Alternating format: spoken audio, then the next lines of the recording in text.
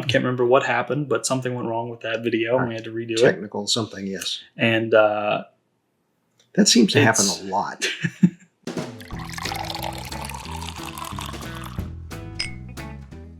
Hello, everyone, and welcome back to Bourbon Theory. I'm Josh. I'm Bill. And we've got a little bit of a new setup. We have a new table, as you can see. Mm-hmm. We're at a new angle. We have a new mic. Yeah, you guys have a new view. You can see maybe a little bit better behind us. You can probably see the bottles a little better because we're much closer to the shelves. Mm-hmm. But today we are doing our April Fool's special. And what is that, Dad? Bottles that fooled us. Bottles that fooled us. So we're going over, I think we have 11 total bottles. I think so. Yes. And I think there's actually 12. One of them we don't have here. Yes. There's actually would be 13. There's 2. Oh, you're right. But we can talk about them and you can maybe put up a transparency or something. Sure. So, but before we get to that, we have 2 channels that we want to shout out because they really hooked us up. Yes. First is Cask 529. Yep. Brian and Shauna. Yes, you guys have been keeping an eye on us, leaving comments, and I'm sure some of your subscribers have come over from that. So thank you very much. And Beach Sand Bourbon, you guys literally sent a group of your people yes. over to our channel and pushed us over the 500 sub mark. So that's fantastic. Awesome. Thank you guys so much. I'm going to have links to both of the channels down in the description below. So guys, if you haven't heard of them, go check them out. Go check them out. Awesome people. And both of them, out of the kindness of their heart, we didn't ask for it. We didn't know about them really, except for you knew about Cask 529. Yeah, I knew about Cask 529. I'd seen some of their things before. Yeah. And another thing to announce here, that we just cracked 500 subscribers. We did. And by the time this video airs, we will have cracked 4,000 watch hours. I'm sure we will. Because of all of you. Yes.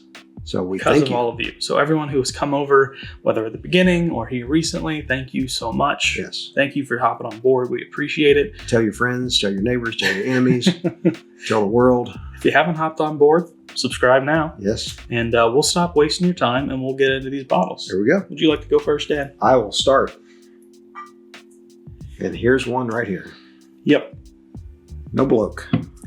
Noble Oak, double oaked. Nothing noble about it. Sherry stave finish. Sherry oak stave finish. That was the first day of Christmas. Yes, it was. Bottle. And we unfortunately had to drink it twice because I can't remember what happened, but something went wrong with that video and we had to redo it. Technical something, yes. And that seems to happen a lot. Way less than you think. Way less than you think. It always happens a lot on the ones that are bottles that fooled us, it seems. Maybe I'm doing it on purpose to make you drink them on camera again. And these bottles, you're going to see us drink again, unfortunately for you. I'm here for you people. I'm going to use tea in my glass. So we're going to have another special... Just telling you up front, being honest about it. Special release video coming later on this month for you guys to watch and keep your eye out for. Is it okay to tell them what it's going to be? What the holiday is that we're going to do it on? It's going to be Easter. There we go. Folks. We don't have to give them the theme. We'll just tell them it's going to be Easter. It's going to come out on Easter Sunday. Yes. So once you're done with church and your Easter egg hunts, check on YouTube.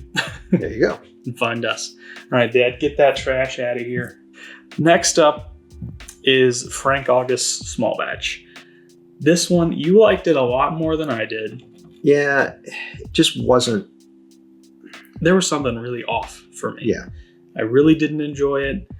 I can't describe what it was. That's often the time when I have something that I don't like, it's harder for me to describe what about it I don't like, as much as it's just be like, no, avoid this. And, now it's got a little air on it. This might be one that we, in that Easter. And that's kind of the hope we have for all of these. Yeah, there's always hope. Yeah. Not a lot, though. No. You're up, Dad. All right. So, we just did this one not too long ago in our Battle of the Bondage, and we do like Benchmark a lot. This one, though, just did not perform well. This is Benchmark Bonded. It did not perform well in our Battle of the Bondage 4 video blind that we did series, which it appears everyone liked quite a bit. Yeah. So, but this is one that just didn't perform as well as some of the other benchmarks have. Yeah, benchmark, some of the single barrels can be good. The top floor and the full proofs can be better. Full proof sometimes can be a little bitter oaky, but single barrels have a pretty good opportunity to be the bottle you want to buy. So perhaps go on the higher end of the benchmark line. My next bottle is one that, Dad, you love so much. Oh, really? You love this bottle. I love that bottle? You love it so much. Me and someone that has or not me and, it's someone who has the letter M in their subscriber profile, loves this. Yes. And we're happy to provide it. And this is Spirits of the French Lick, the Morning Glory Kasha Bourbon. Yeah.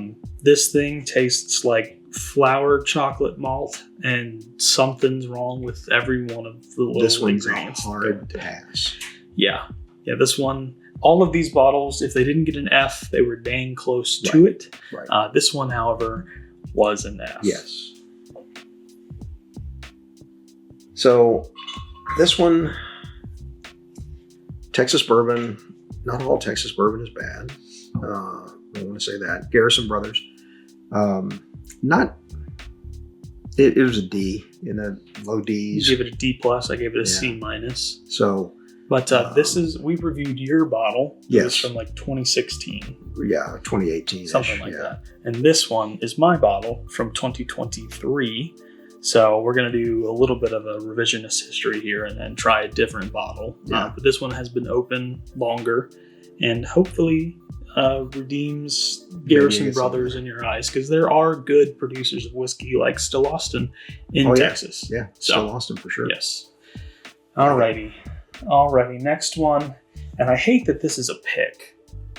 And it's a pick from our favorite liquor store. Yes. B&B Package in Kingsport, Tennessee. You do have it up there, right? Yes, I do. So this is a Hirsch single barrel. This one is young. It's 4 years, 8 months. High corn. There was just a little, it was thin. It left a lot to be desired. I think we got some like marshmallowy popcorn style notes on it. It was just a little off-putting, but it's been open for a while.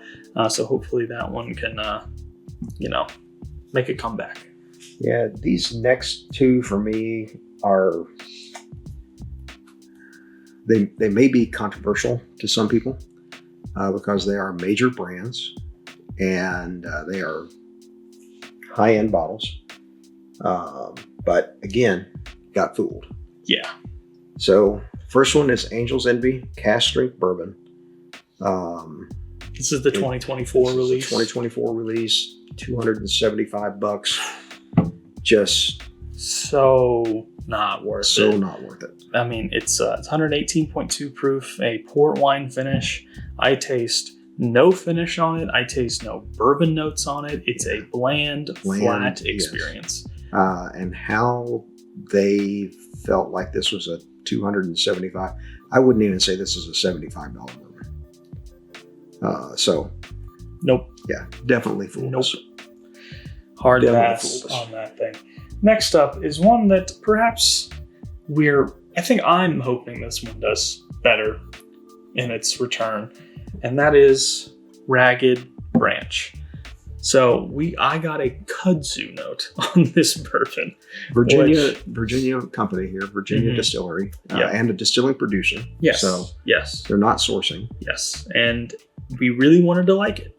Yeah, Matter of fact, I've heard from some of our TikTok friends that they also enjoy Ragged Branch.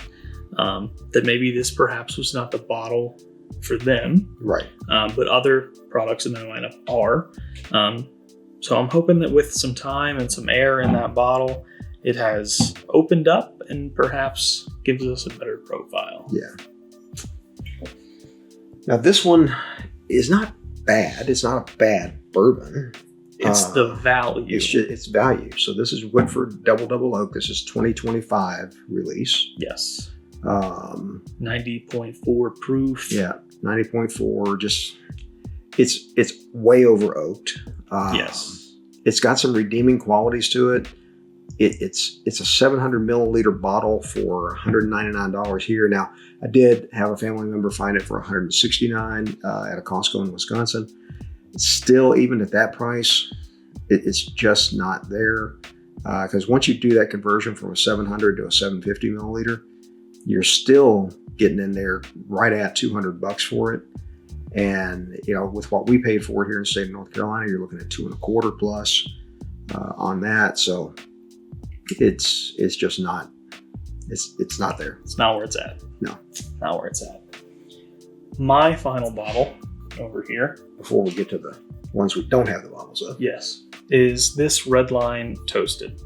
Now, what I've heard of Redline is that their honey finish stuff is great. That a lot of I've heard that their Amberana finish is one of the few Amberana finishes that even Amberana haters actually kind of enjoy. This one, again, bland, flat, like almost usually toasted bourbons kind of give you a really heavy, sweet profile, kind of give you a buttery, smooth, thick mouthfeel. This one just missed on all counts. Yeah, it just wasn't there, and made me decide I probably won't be picking up any more Redline. Yeah. So be well open to trying. Yeah. But not going to go out and we're gonna look to pick it up. We're gonna try before we look to buy.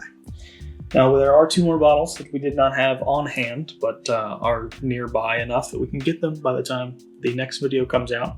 Or you could do the.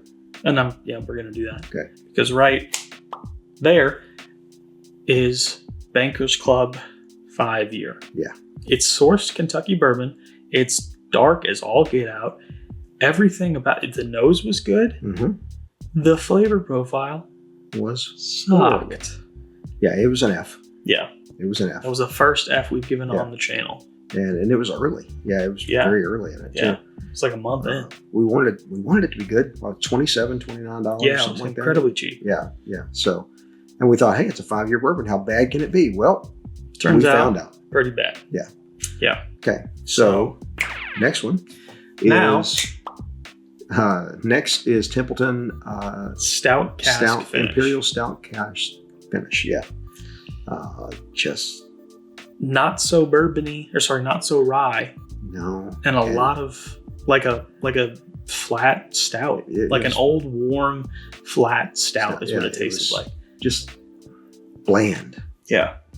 All the way across. From a bourbon standpoint, really bland. From a rye standpoint, bland. From a stout standpoint, bland.